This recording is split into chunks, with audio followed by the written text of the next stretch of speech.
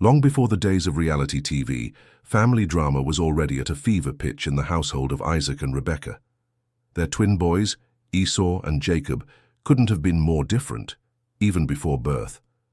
In fact, the Bible tells us that while Rebekah was pregnant, the twins wrestled and kicked inside her womb like they were training for the ultimate sibling showdown.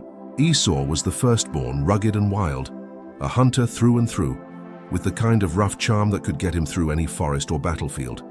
Jacob, on the other hand, was quiet and thoughtful, a homebody who preferred the warmth of the tents and the smell of fresh bread over the hunt. Now, firstborn sons in those days weren't just entitled to bragging rights, they were promised the birthright, a double portion of the inheritance and the blessing that meant leadership of the family. So naturally, this caused a lot of tension. One day, Esau came back from the field, exhausted and famished, smelling like a wild animal after a long hunt. Jacob was cooking a pot of lentil stew, a humble, simple meal, but that day it was about to change everything. Esau, starving, begged Jacob, "Please let me have some of that red stew, I'm starving." Jacob saw an opportunity. He said, "First, sell me your birthright."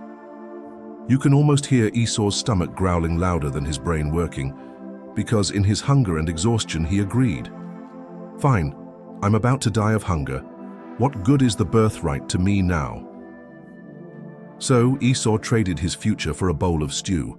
It was a deal that would haunt him forever, a moment of impulsiveness and short-sightedness that changed the family's destiny. But that wasn't the end of the story. Isaac, their father, was old and blind and ready to give his blessing, a powerful and sacred rite.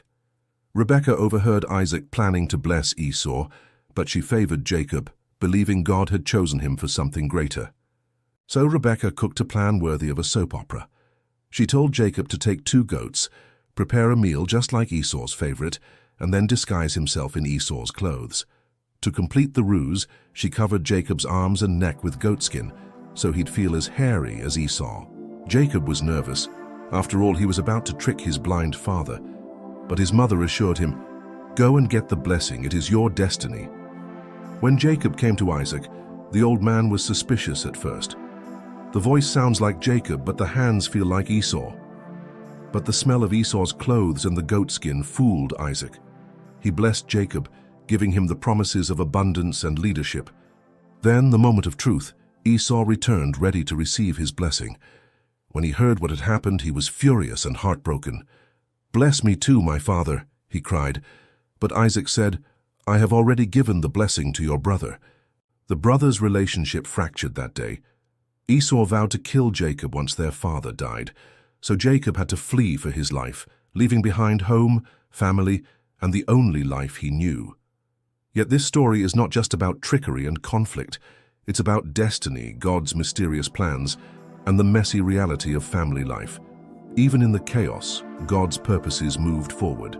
And if you think about it, Jacob getting that blessing by trickery is a bit like sneaking into the VIP section at a party. You might get caught, but somehow it changes everything.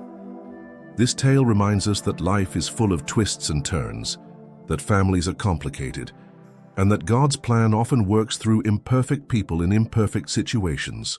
If you are loving this video, please hit both that subscribe and like button to help this message to spread far and wide. Check out the rest of the Bible Stories playlist to enjoy heartwarming events of the Bible brought alive. Thank you for supporting the Wake Up channel. God bless you.